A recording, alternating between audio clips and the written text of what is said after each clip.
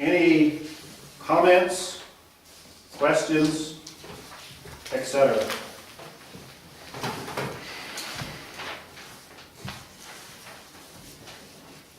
David?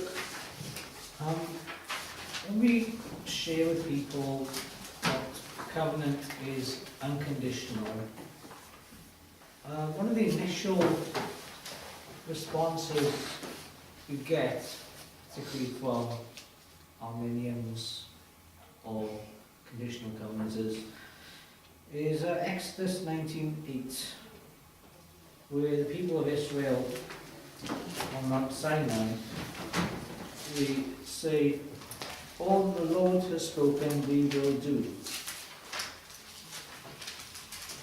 Yes. Now that's taken, interpreted by a lot of people, that the covenant is a bilateral agreement, and that verse is basically the people of God signing their part of the covenant, making a promise. Right. And how did they get that? Well, just as you sign a contract, say I agree to abide by these conditions, the people of God saying all that the Lord is saying, what we will do, that's their signing the contract. Right. Well, I don't see anything in the text that says that's the case. I mean, we do make promises to God in the covenant, so, but that doesn't make the covenant conditional. And, you know, for someone to jump into a verse like that shows that they have not followed the basic rules of exegesis. They have not defined their terms. They have not asked themselves, what is the covenant? Before we look at all these, what is the covenant? Can we define what it is? And can we get all the material together in the Bible to show what the covenant is? And then we can look at individual verses after that. It doesn't even have the word covenant in the verse.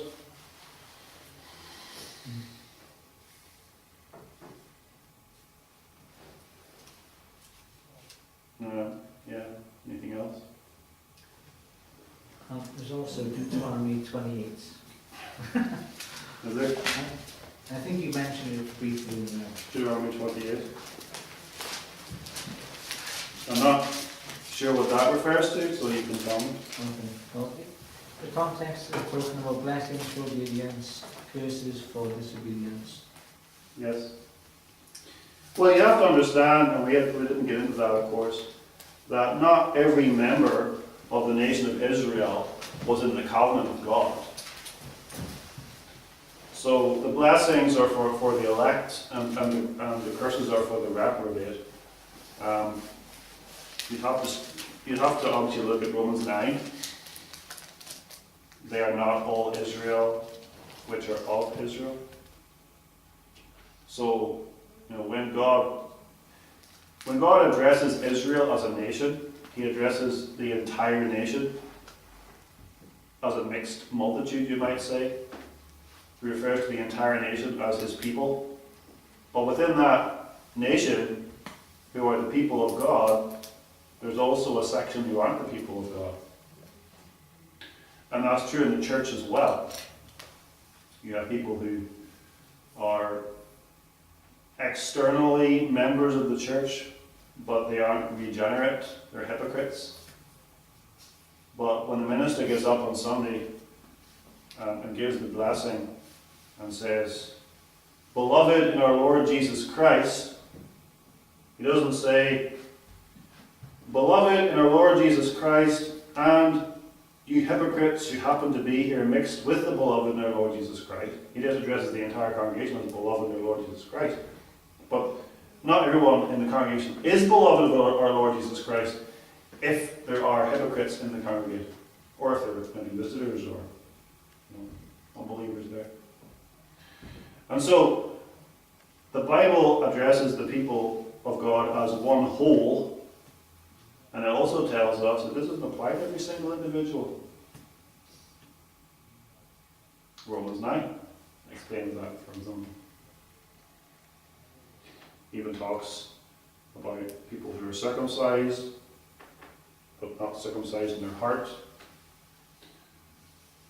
But that really takes us off topic, because I could give a speech about all that kind of stuff too, but yeah.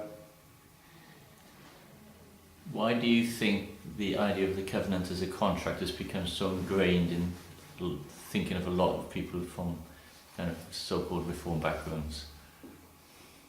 Because it is quite ingrained, isn't it? Well, see, there was this theory became very popular, that there were certain contracts that kings would have with their vassals that they had conquered, and they had the word covenant was used, and then they said, oh, this is an idea of the ancient covenants in the ancient world, and therefore they said we should interpret God's covenant in terms of what this is, and they got it backwards. Okay, let's say a king made a covenant with a nation that he had subdued and said, okay, I will, not destroy you if you pay me taxes or whatever it is.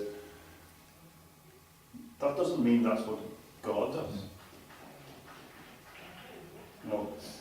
We don't interpret the covenant based on some external archaeological findings about how pagan nations made covenants with one another.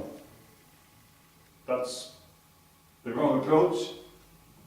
But that's really what crept into a lot of Reformed theological seminaries, this approach. Was it Meredith Klein, I think, was the theologian?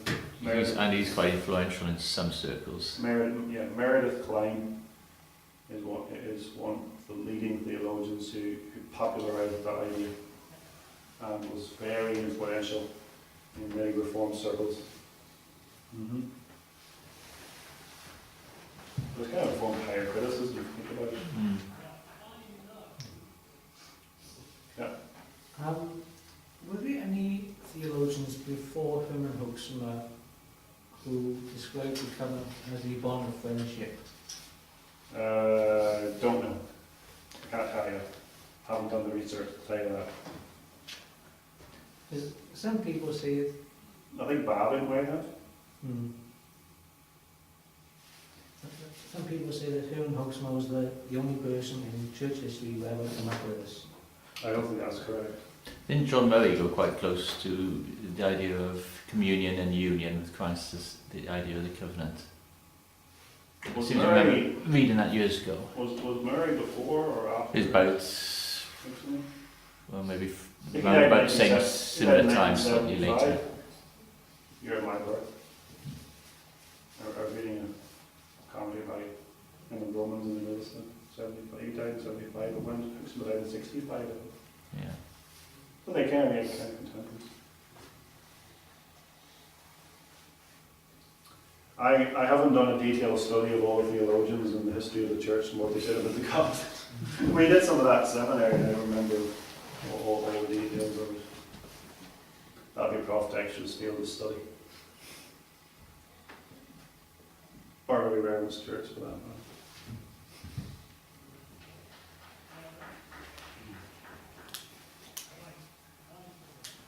Anything else? One of the texts I quite like, I can't remember the chapter in Genesis, but it's whenever God makes a covenant with Abraham and they sawed animals in two in those days and walked together between the animals and said, if we break this, we agree to be sawn in two like these animals. Yes. And God put Abraham in a sleep, and the smoke went in the midst of the hewn animals. So Yeah. God did it himself. So the covenant was broken by man. So God was the one that was punished in Jesus Christ. Yeah. And there's no contribution by man to the salvation of man Yeah. at all. Yeah, it's Genesis 15. Yeah, that's very striking. Yeah. So, let's say, like burning lamp passes through the midst of these animals, and God swears faithfulness to the covenant. Abraham's asleep or in some kind of trance, but he's not doing anything. Powerful testimony to the fact that the covenant is God's work and not man's. Depends upon God, doesn't depend upon man. And one of the main points of the conditional covenant is that the covenant is made with others more than just the elect, which is another subject again. So the idea is that God makes the covenant with all the children of believers head for head, and then many of them don't fulfill the conditions and perish. And that leads, of course, to the federal division. But again, Romans 9 answers that point. Not all those who are circumcised in the Old Testament were true believers, and not all those who are baptized in the New Testament are true believers either. And the covenant is not with the reprobate, whether in the world or in the sphere of the church.